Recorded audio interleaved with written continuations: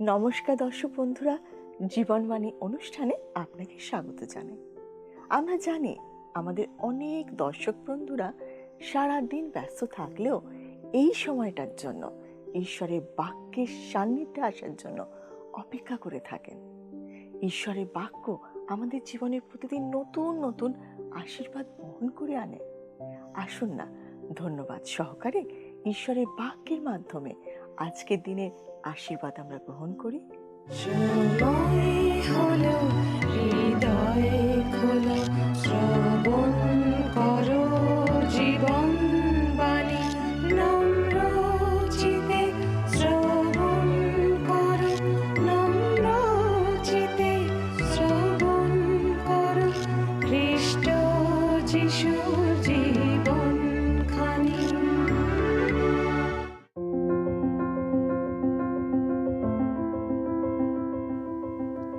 আমরা ঈশ্বরের বাক্য পবিত্র বাইবেলের নতুন নিয়মের প্রথম থিসলনিকীয় পত্রটি থেকে আলোচনা করছি। এখন আমরা এই পত্রের দ্বিতীয় অংশ, যে মৌলিক বিষয়ের উল্লেখ আছে সেই বিষয়ে আলোচনা করব। প্রথম অংশে সাধু পৌল থিসলনিকির নতুন বিশ্বাসীদের বিশ্বাসে স্থির থাকার জন্য তাদের প্রশংসা করেছেন, তাদের প্রতি তার ভালোবাসার কথা উল্লেখ করেছেন, বিভিন্ন বিষয়ে তাদেরকে সাবধান করেছেন, আশ্বস্ত করেছেন এবং তাদেরকে পুনরায় দেখার জন্য তিনি কত উদ্গ্রীব তা প্রকাশ করেছেন। সর্বশেষে তিনি ধর্মাচরণ সম্বন্ধে তাদেরকে শিক্ষা দিয়েছেন, বিশেষত নিজ নিজ দেহকে ঈশ্বরের উদ্দেশ্যে ব্যবহৃত হওয়ার জন্য পবিত্র রাখতে আদেশ করেছেন, অন্য সকল লোকদের প্রতি শিষ্টাচারী হতে, স্বহস্তে পরিশ্রম করতে এবং প্রেমে দিন প্রতিদিন বৃদ্ধি পেতে পরামর্শ দিয়েছেন। আর আজকে আমরা এই পত্রটির দ্বিতীয় অংশে, যেখানে প্রভু যিশুর পুনরাগমন সম্বন্ধে বিস্তারিত আলোচনা আছে, সেই অংশটা দেখব। চতুর্থ অধ্যায়ের 13 পদ আজকে আমরা আলোচনা করব, যার শিরোনামে লেখা আছে প্রভু যিশুর পুনরাগমন। আগামী 3 দিন আমরা প্রভু যিশুর পুনরাগমন এবং সেই উদ্দেশ্যে বিশ্বাসীর প্রস্তুত থাকা নিয়ে আলোচনা করব।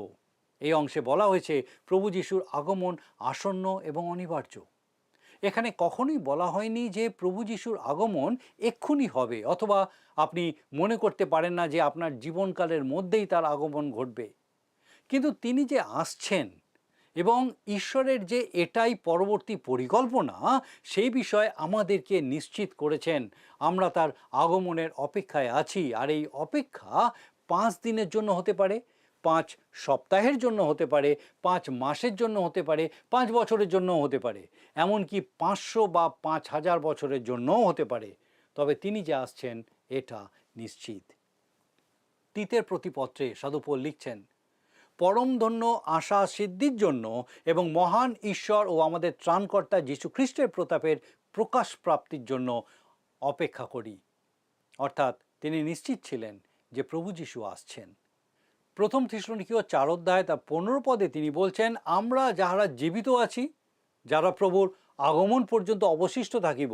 অর্থাৎ তিনি মনে করতেন যে তার জীবনকালে প্রভুর আগমন হতে পারে। তিনি কোথাও বলেননি যে তার জীবনকালেই প্রভুর আগমন হবে, একথা তিনি বলেননি। কিন্তু অনেকেই বলেন বৃদ্ধ বয়সে তার ধারণা পাল্টে গেছিল, কিন্তু তার বৃদ্ধ বয়সে লেখা ফিলিপিওদের প্রতি পত্রে তিনি একই কথা লিখেছেন। ফিলিপিও তার 3 অধ্যায় 20 পদে তিনি লিখেছেন, কারণ আমরা স্বর্গপুরীর প্রজা, আর তথা হইতে আমরা ত্রাণকর্তার প্রভু যীশু খ্রিস্টের আগমন প্রতীক্ষা করিতেছি। অর্থাৎ জীবনের শেষ প্রান্তে এসেও তিনি একই বিষয়ে অপেক্ষা করছেন। তার কাছে খ্রিস্টের দ্বিতীয় আগমন আসন্ন এবং অপরিহার্য। আর খ্রিস্টের দ্বিতীয় আগমনে বিশ্বাসীরা প্রভুর সাথে মিলিত হওয়ার জন্য আকাশে মেঘ যোগে নিতে হবে, সে বিষয়ে এখানে 17 পদে নিশ্চিত করা আছে।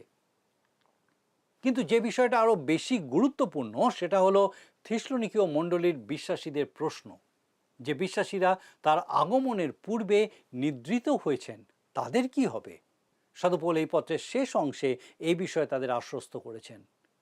অনেকে প্রভুর দ্বিতীয় আগমনের দিনক্ষণ নির্ধারণের চেষ্টা করে চলেছে, কিন্তু আমার মনে হয় সেটা সম্ভব নয়, কারণ প্রভু নিজেই বলেছেন যে সেই দিন বা কাল তিনি নিজেও জানেন না। আসুন আমরা প্রথম থিসলনিকীয় তার 4 অধ্যায় 13 পদটা পাঠ করি। দেখুন লেখা আছে এখানে, কিন্তু হে ভাতৃগণ, আমরা চাহি না যে যাহারা নিদ্রাগত হয় তাহাদের বিষয়ে তোমরা অজ্ঞাত থাকো, যেন যাহাদের প্রত্যাশা নাই সেই অন্য সকল লোকের মতো তোমরা দুঃখার্ত না হও। লক্ষ্য করে দেখুন কি সুন্দরভাবে সাধুপোল বলছেন, আমরা চাই না যে তোমরা অজ্ঞাত থাকো। সাধুপোল নিরুপায় হয়ে যা খুশি তাই বলে দিচ্ছেন এরকমটা নয়। তিনি লিখেছেন যাহারা নিদ্রাগত হয় তাহাদের বিষয়। এখানে তিনি শরীরের মৃত্যুর কথাই বলেছেন, আত্মার মৃত্যুর কথা বলেননি, কারণ আত্মার মৃত্যু নেই। তাই এখানে বলা হয়েছে নিদ্রাগত। মৃত্যু আর ঘুমানো এ দুটোর মধ্যে অনেক মিল আছে। একটি মৃত শরীর আর একটি ঘুমন্ত দেহ প্রায় একই প্রকার। আপনারা হয়তো শুনে থাকবেন যখন কেউ মারা যায় তখন তার প্রিয়জনেরা অনেক সময় বলে থাকেন, দেখো ঠিক যেন ঘুমোচ্ছে। সত্যি একজন বিশ্বাসীর দেহ নিদ্রাগত হয়। একজন ঘুমাচ্ছে বলে তার যে অস্তিত্ব নেই এরকমটা নয়। ঠিক তেমনি কারুর দেহ যদি নিদ্রাগত হয় তার মানে সেই মৃত ব্যক্তির যে অস্তিত্ব নেই তা নয়। নিদ্রা যেরকম সাময়িক, মৃত্যুও সাময়িক। যেমন একজন ঘুম থেকে জেগে ওঠে সেই রকম মৃতেরও পুনরুত্থান হয়। আবার যে গ্রিক শব্দটা থেকে নিদ্রাগত শব্দটি অনুবাদ করা হয়েছে সেটার মূল অর্থ হচ্ছে শুয়ে থাকা। আর যে শব্দটা থেকে পুনরুত্থান শব্দটি অনুবাদ করা হয়েছে সেটা হলো অ্যানাস্টেসিস, যার অর্থ উঠে দাঁড়ানো। সুতরাং পুনরুত্থানে কেবলমাত্র আমাদের শরীর উঠে দাঁড়াবে। যারা মনে করে পুনরুত্থান মানে শরীরের পুনরুত্থান নয় কিন্তু আত্মার, তাদের আমি জিজ্ঞাসা করি, যখন কেউ নিদ্রাগত হয় তখন তাদের আত্মার কি অবস্থান, এবং যখন কেউ পুনরুত্থিত হয় তখন তার আত্মা কি অবস্থায় থাকে? অর্থাৎ আমি জানতে চাই আত্মা কিভাবে শুয়ে থাকে আর কিভাবে উঠে দাঁড়ায়। সুতরাং নিদ্রাগত বলতে দেহকেই বোঝানো হয়েছে। দেহই শুয়ে থাকে, দেহই উঠে দাঁড়ায়। মূল গ্রিক বাইবেলেও নতুন নিয়মের বিভিন্ন স্থানে সাধারণ ঘুম এবং দৈহিক মৃত্যুর ক্ষেত্রে একই শব্দ ব্যবহার করা হয়েছে। যেমন লোকলিখিত সুসমাচারের 22 অধ্যায় 45 পদে লেখা আছে, পরে তিনি প্রার্থনা করিয়া উঠিলে পর শিষ্যদের নিকটে আসিয়া দেখিলেন তাহারা দুঃখ হেতু ঘুমাইয়া পড়িয়াছে। আবার প্রেরিত পুস্তকের 12 অধ্যায় 6 পদে আছে, পরে হেরোদ যেদিন তাহাকে বাহিরে আনাইবেন তাহার পূর্ব রাত্রিতে পিতর 2 জন সেনার মধ্যস্থানে 2 শৃঙ্খলে বদ্ধ থাকিয়া নিদ্রাগত ছিলেন এবং দ্বার দেশের প্রহরীরা কারাগার রক্ষা করিতেছিল। এই দুটো ক্ষেত্রেই একই গ্রিক শব্দ ব্যবহার করা হয়েছে, যা প্রথম থিসলনিকিয়েতেও ব্যবহার করা হয়েছে। একটা বিষয় পরিষ্কার যে পিতরের অনিদ্রা রোগ ছিল না। দেখুন কঠিন পরিস্থিতির মধ্যেও তিনি ঘুমাচ্ছেন। যাই হোক, নিদ্রাগত শব্দটির দ্বারা যেরকম সাধারণ ঘুম তেমনি দৈহিক মৃত্যুকেও বোঝানো হয়। পবিত্র বাইবেল আমাদের শিক্ষা দেয় যে দেহ যা মাটি দিয়ে তৈরি করা হয়েছে তা মাটিতে ফিরে যায়, আর আত্মা যা ঈশ্বর দিয়ে থাকেন তা ঈশ্বরের কাছে ফিরে যায়। উপদেশক তার 12 অধ্যায় 7 পদে লেখা আছে, আর ধূলি পূর্ববৎ মৃত্তিকাতে প্রতিগমন করিবে এবং আত্মা যাহার দান সেই ঈশ্বরের কাছে প্রতিগমন করিবে। উপদেশক তার 12 অধ্যায় 7 পদ। আদি পুস্তক তার 3 অধ্যায় 19 পদের শেষ অংশ ঈশ্বর আদমকে বলছেন, কেননা তুমি ধূলি এবং ধূলিতে প্রতিগমন করিবে। লক্ষ্য করে দেখুন, ধূলি দিয়ে শুধু আমাদের দেহটাকে তৈরি করা হয়েছে, তারপরে ঈশ্বর মানুষের মুখে তার শ্বাসবায়ু প্রবেশ করালেন, অর্থাৎ আত্মা দিলেন। সুতরাং মানুষ যখন নিদ্রাগত হয় তার দেহ নিদ্রাগত হয় এবং বিশ্বাসীর আত্মা ঈশ্বরের কাছে ফিরে যায়। পুনরুত্থানে কেবলমাত্র দেহ উত্থাপিত হয়, আত্মা মরে না, আর তাই আত্মার পুনরুত্থানও হয় না। মৃত্যুতে দেহ শায়িত হয়, তাই পুনরুত্থানে সেই দেহ উঠে দাঁড়ায়। আর সেই জন্যেই সাধু পৌল করিন্থীয়দের প্রতি তার 2 পত্রে 5 অধ্যায় 8 পদে বলেছেন, আমরা সাহস করিতেছি এবং দেহ হইতে দূরে প্রবাস ও প্রভুর কাছে নিবাস অধিক বাঞ্ছনীয় জ্ঞান করিতেছি। 2 করিন্থীয় তার 5 অধ্যায় 8 পদ। অর্থাৎ দেহ ত্যাগ করে আত্মার ঈশ্বরের কাছে ফিরে যাওয়াকেই তিনি শ্রেয় মনে করছেন। আমাদের দেহ এক অস্থায়ী তাম্বুর মতো। মৃত্যুর মাধ্যমে এই দেহকে একদিকে সরিয়ে রাখা হয়। 2 করিন্থীয় 5 অধ্যায় 1 পদ পাঠ করলে আমরা এটা পাই, যেখানে লেখা আছে, কারণ আমরা জানি যদি আমাদের এই তাম্বুরূপ পার্থিব বাটি ভাঙিয়া যায় তবে ঈশ্বর দত্ত এক গাঁথনি আমাদের আছে, সেই বাটি অহস্ত নির্মিত, অনন্তকাল স্থায়ী ও স্বর্গে স্থিত। আজকে আমি আপনাকে খুব স্পষ্ট করে বলতে চাই, যদিও আপনি 50 লাখ বা কোটি টাকার বাড়িতে বাস করেন, তবু আপনার নিজস্ব বাসস্থানটি একটা ছোট্ট তাম্বু। যে দেহে আমরা বাস করি তা একটা তাম্বু। ঈশ্বর আমাদের প্রত্যেকজনকে এক একটা ছোট্ট ছোট্ট তাম্বুর মধ্যে রেখেছেন। কেউ বিশাল বাড়িতে বা কেউ ছোট কুঁড়ে ঘরে থাকতে পারে, কিন্তু আমাদের প্রত্যেকের নিজস্ব ঘরটা খুব ছোট তাম্বুর মতো। আর আমরা যে ছোট্ট ঘরটার মধ্যে বাস করি তা খুবই তুচ্ছ, ভঙ্গুর এবং মূল্যহীন। আপনি শুনে অবাক হচ্ছেন, তাই না? কোনো প্রমাণের দরকার নেই। একটা ছুটন্ত গাড়ির সামনে দাঁড়ালে আপনি দেখবেন মুহূর্তের মধ্যে আপনার তাম্বু ভাঁজ করা হয়ে গেছে এবং নীরবে সরে গেছে। আমরা সবাই দেখেছি। মৃতদেহ এতটাই মূল্যহীন যে যত তাড়াতাড়ি সম্ভব তার সৎকার করা হয়।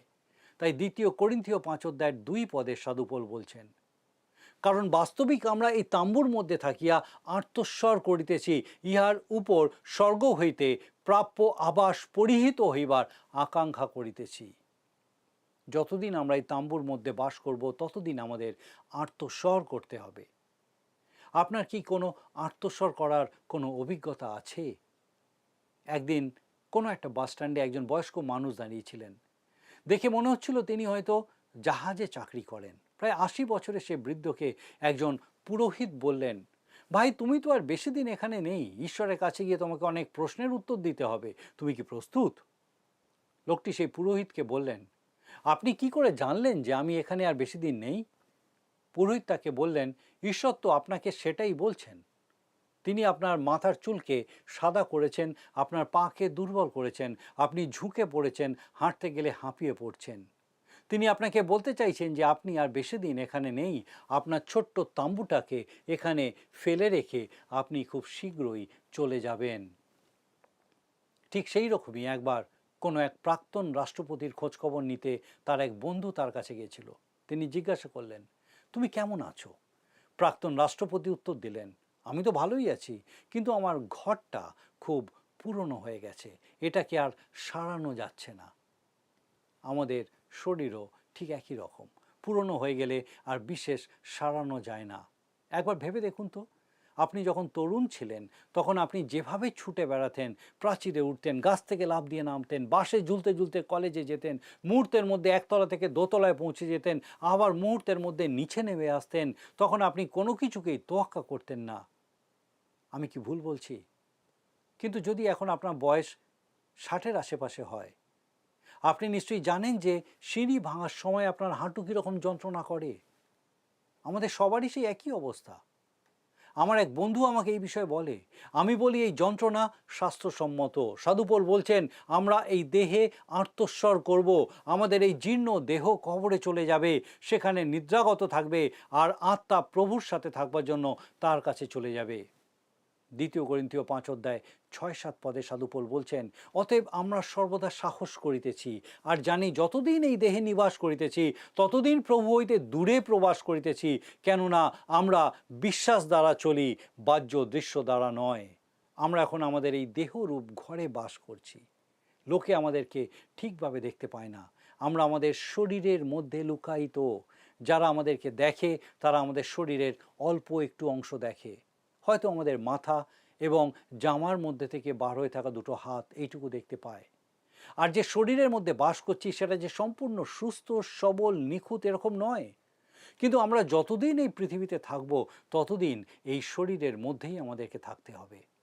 আবার 2 করিন্থীয় 5:8 পদে সাধু পৌল বলছেন, আমরা সাহস করিতেছি এবং দেহ হইতে দূরে প্রবাস ও প্রভুর কাছে নিবাস করা অধিক বাঞ্ছনীয় জ্ঞান করিতেছি। এর থেকে ভালো আর কিছু ভাবা যায় না। আমার শেষকৃত্যে উপস্থিত হয়ে কেউ যদি আমার শরীরের দিকে তাকিয়ে বলে, দেখো ওনাকে কত সুন্দর লাগছে, যেন একদম স্বাভাবিকভাবে ঘুমাচ্ছেন, আমি তাদের জন্য বলে রাখতে চাই, সেখানে আমি থাকবো না। আমি তখন আমার তাম্বু ছেড়ে চলে যাব, যা পড়ে থাকবে তা আমার পুরনো ঘর। আমি প্রভুর সাথে মিলিত হতে চলে যাব, আর আমার দেহ পুনরুত্থানের সময় আবার উত্থাপিত হবে। অনেকে বিশ্বাস করে না দেহ যা কবরে বিনষ্ট হয়ে যায় তা আবার উত্থাপিত হবে। তারা দৈহিক পুনরুত্থানে নয় কিন্তু আত্মিক পুনরুত্থানে বিশ্বাস করে। তাদের এই বিশ্বাসের পক্ষে তারা যুক্তিরূপে 1 করিন্থীয় 15 অধ্যায়ের 44 পদের উল্লেখ করে। সেখানে লেখা আছে, প্রাণিক দেহ বপন করা যায়, আত্মিক দেহ উত্থাপন করা হয়। যখন প্রাণিক দেহ আছে তখন আত্মিক দেহ আছে। এই প্রসঙ্গে আমি একটা প্রশ্ন করতে চাই, কোনটা বেশি গুরুত্বপূর্ণ, প্রাণিক, আত্মিক না দেহ? আমার মনে হয় আমাদের উত্তর হবে দেহ। কারণ দেহ না থাকলে সেটা প্রাণিক না আত্মিক তা নিয়ে কোনো তর্কই থাকে না। লক্ষ্য করে দেখুন, এখানে বলা হয়েছে প্রাণিক দেহ বপন করা হয় আর আত্মিক দেহ উত্থাপন করা হয়। অর্থাৎ মূল বিষয় হলো দেহ, দেহরই পুনরুত্থান হবে। সেই দেহ একটু অন্য রকমের। যে দেহ কবরে শায়িত হবে তা প্রাণিক দেহ, তা সাধারণ রক্ত মাংস দ্বারা চালিত। আর যে দেহ উত্থাপিত হবে তা আত্মার দ্বারা নিয়ন্ত্রিত দেহ। পবিত্র বাইবেলে একজন ভাববাদী দানিয়েল মৃত্যুকে নিদ্রার সাথে তুলনা করে বলে গেছেন, আর মৃত্তিকার ধূলিতে নিদ্রিত লোকদের মধ্যে অনেকে জাগরিত হইবে, কেহ কেহ অনন্ত জীবনের উদ্দেশ্যে এবং কেহ কেহ লজ্জার ও অনন্ত ঘৃণার উদ্দেশ্যে। ধূলি ধূলিতে ফিরে যাবে, অর্থাৎ দেহ ধূলিতে ফিরে যাবে, কিন্তু আত্মা যাহার দান সেই ঈশ্বরের কাছে ফিরে যায়। প্রাচীনকালে খ্রিস্ট বিশ্বাসীরা মৃতদেহকে যেখানে কবর দিত সেই জায়গার একটা সুন্দর নাম দিয়েছিল। গ্রিক ভাষায় সেটা হলো কৈমেটেরিয়ন। এটারই ইংরাজি অনুবাদ সিমেট্রি। আবার ওই একই শব্দ ব্যবহার করা হয় কোনো হোটেল বা ছোট পান্থশালাকে বোঝাতে, যেখানে কেউ অল্প সময়ের জন্য বা একটি রাত কাটানোর জন্য বিশ্রাম করেন। আপনি আপনার যাত্রাপথে কোনো হোটেলে থাকলে নিশ্চয়ই পরের দিন সকালবেলায় সেখান থেকে আবার যাত্রাপথে এগিয়ে যাওয়ার চিন্তা রাখেন, তাই নয় কি? যদিও আপনার বন্ধু বা প্রিয়জন কোথাও বেড়াতে গিয়ে এক রাত বা কয়েকটা দিন কোনো হোটেলে থাকে, তাহলে নিশ্চয়ই আপনি তার জন্য কান্নাকাটি করবেন না, বরং আপনি তার সঙ্গে আনন্দই করবেন। ঠিক তেমনভাবে বিশ্বাসীরা তাদের প্রিয়জনের দেহকে কিছু দিনের জন্য, যতক্ষণ না পুনরুত্থান হচ্ছে ততক্ষণ এই রকম একটা বিশ্রাম স্থলে রেখে দেয়। একদিন প্রভু যীশু আসবেন এবং সেই দেহকে উত্থাপন করবেন। আসুন আমরা আবার মূল বিষয়ে ফিরে আসি। প্রথম থেসলোনিকীয় পত্রের 4 অধ্যায় 13 পদ লেখা আছে, কিন্তু হে ভাতৃগণ, আমরা চাহি না যে যারা নিদ্রাগত হয় তাহাদের বিষয়ে তোমরা অজ্ঞাত থাকো, যেন যাহাদের প্রত্যাশা নাই সেই অন্য সকল লোকের মতো তোমরা দুঃখার্ত না হও। খ্রিস্ট বিশ্বাসীদের ছাড়া অন্যদের কাছে কোনো প্রত্যাশা ছিল না, তাই মৃত্যু তাদের কাছে একটা ভয়ের বিষয় ছিল। থেসলোনিকিতে একটা শিলালিপি পাওয়া গেছিল যাতে লেখা ছিল, মৃত্যুর পর পুনরুজ্জীবন নেই, কবরের পর পুনর্মিলন নেই। গ্রিক কবি থিওক্রিটাস লিখেছিলেন, জীবিতদের মধ্যে আশা আছে, মৃতদের জন্য কোনো আশা নেই। প্রাচীনকালে এটাই বিশ্বাস করা হতো, কিন্তু এটা খুবই নিরাশাবাদী এবং দুঃখজনক। যে কোনো খ্রিস্টীয় পরিবারে যখন কেউ মারা যায় তার শেষকৃত্যে পুরোহিত বলে থাকেন, অন্যদের মতো বিশ্বাসীদের দুঃখিত হওয়া উচিত নয়। তাহলে কি খ্রিস্ট বিশ্বাসীরা প্রিয়জন বিয়োগে কান্নাকাটি করবে না? না, এখানে সেটা বলা হয়নি। এখানে বলা হয়েছে যাদের আশা নেই সেই অন্য সকলের মতো দুঃখার্ত হবে না। প্রিয়জনের বিয়োগে একজন খ্রিস্ট বিশ্বাসী অবশ্যই দুঃখিত হবে, কিন্তু একই সাথে তার আশা থাকবে প্রিয়জনের সাথে পুনরায় মিলিত হওয়ার। আমরা প্রথম থেসলোনিকীয় পত্রের 4 অধ্যায়ের 13 পদটা নিয়ে বিস্তারিত আলোচনা করলাম। আমরা প্রথমে নিদ্রাগত শব্দটি নিয়ে আলোচনা করেছি। দেখেছি এই শব্দটি দৈহিক মৃত্যুকে বোঝায়, আবার স্বাভাবিক বিশ্রামকেও বোঝায়। স্বাভাবিক নিদ্রার পর যেরকম একজন পুনরায় জেগে ওঠে, ঠিক তেমনি দৈহিক মৃত্যুর পর আবার একদিন বিশ্বাসীর দেহ পুনরায় উত্থাপিত হবে। পুনরুত্থাপিত হওয়ার পর আমরা যে দেহ লাভ করব তা ঈশ্বরের আত্মা দ্বারা পরিচালিত হবে এবং সেই দেহ এক গৌরবময় দেহ হবে। আর এই প্রত্যাশা আমাদের আছে, তাই আমাদের অন্যদের মতো যাদের প্রত্যাশা নাই তাদের মতো আমরা শোকাহত হব না। যদি আপনি প্রভু যীশুকে বিশ্বাস করেন তাহলে আপনার জীবনেও এই একই প্রত্যাশা থাকবে। ঈশ্বর আপনাকে আশীর্বাদ করুন। আমাদের সঙ্গে ঈশ্বরের বাক্যের এই যে আলোচনায়ও আপনি উপস্থিত ছিলেন, এই জন্য আপনাকে বিশেষ ধন্যবাদ। আসুন প্রার্থনা করি।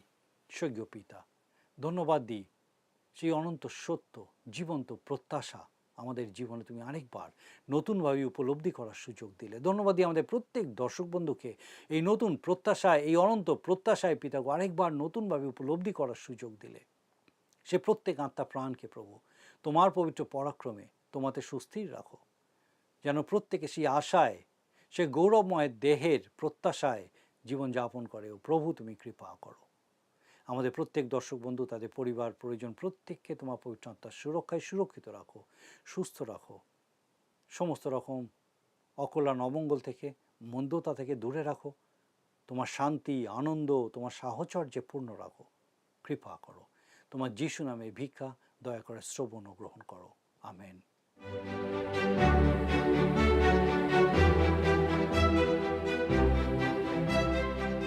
প্রিয় দর্শক বন্ধুরা, আমাদের এই ধারাবাহিক বাইবেল শিক্ষার অনুষ্ঠানটি শোনবার জন্য আপনাকে অশেষ অশেষ ধন্যবাদ।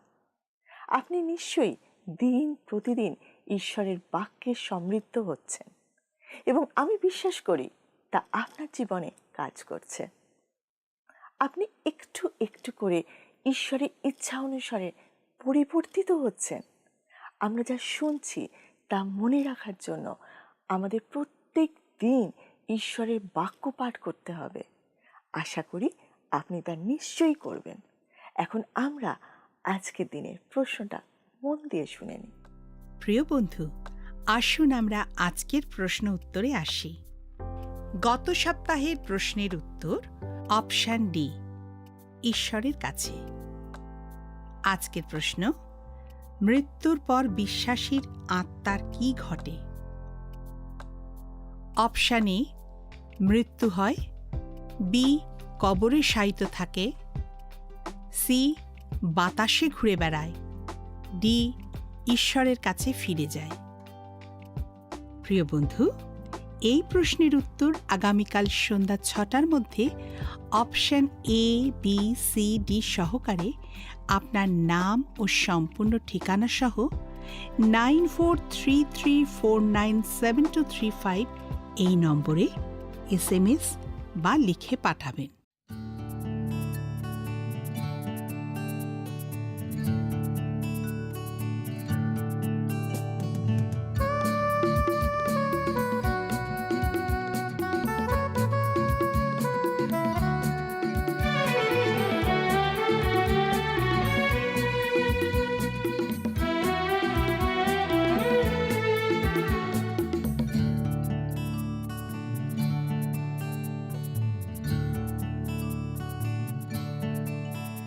ওহে শ্রান্ত জন, ওহে ভ্রান্ত জন, এসো হে যিশুর কাছে।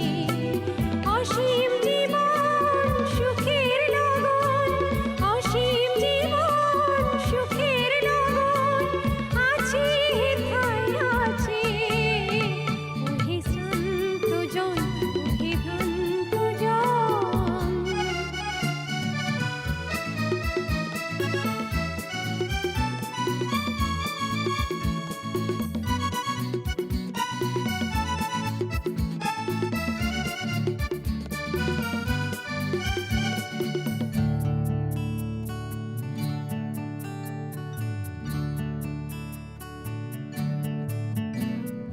জগতের মোহ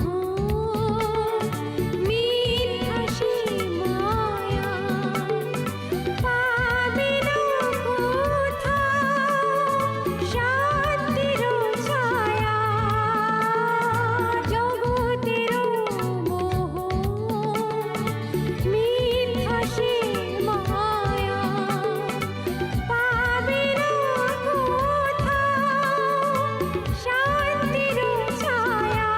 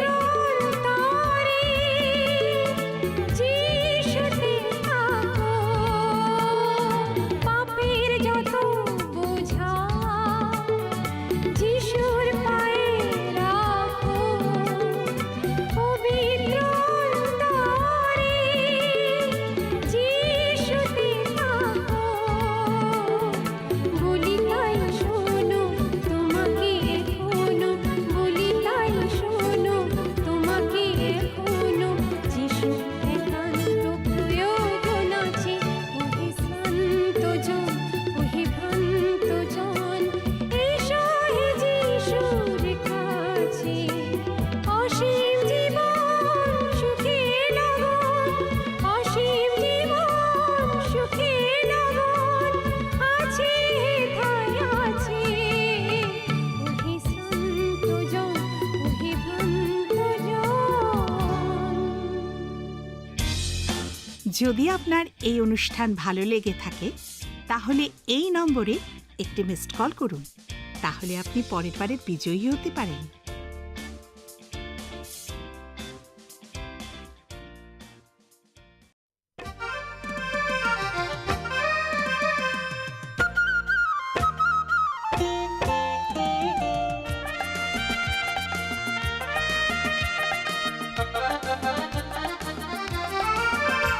তুমি মৃত্যু আধার ছিন্ন করে জীবন আলোয় এসেছো, ওহে জ্যোতির্ময়। পুণ্য তোমার পরশ দিল জীবন অক্ষয়। তুমি মৃত্যু আধার ছিন্ন করে জীবন আলোয় এসেছো, ওহে জ্যোতির্ময়। পুণ্য তোমার পরশ দিল জীবন অক্ষয়। আমার নেই তো কোনো ভয়, আমার নেই তো পরাজয়, আমার প্রাণের মাঝে বয় চির বসন্ত মালায়। আমার নেই তো কোনো ভয়, আমার নেই তো পরাজয়, আমার প্রাণের মাঝে বয় চির বসন্ত মালায়।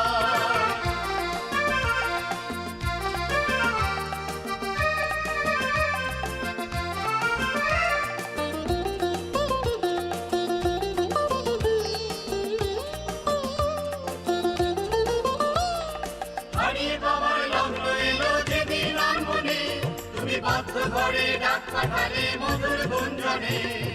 হারিয়ে বাবার লগ্ন এলো যেদিন আর মনে, তুমি বাধ্য ঘরে ডাক পাঠালে মধুর গুঞ্জনে। আমি সে ডাক শুনে বাইরে এসে তোমায় পেয়েছি, আমি সে ডাক শুনে বাইরে এসে তোমায় পেয়েছি। যিশু দয়াময়, তুমি মৃত্যু আধার ছিন্ন করে জীবন আলোয় এসেছো, ওহে জ্যোতির্ময়। পুণ্য তোমার পরশ দিল জীবন অক্ষয়। আমার নেই তো কোনো ভয়, আমার নেই তো পরাজয়, আমার প্রাণের মাঝে বয় চির বসন্ত মালা।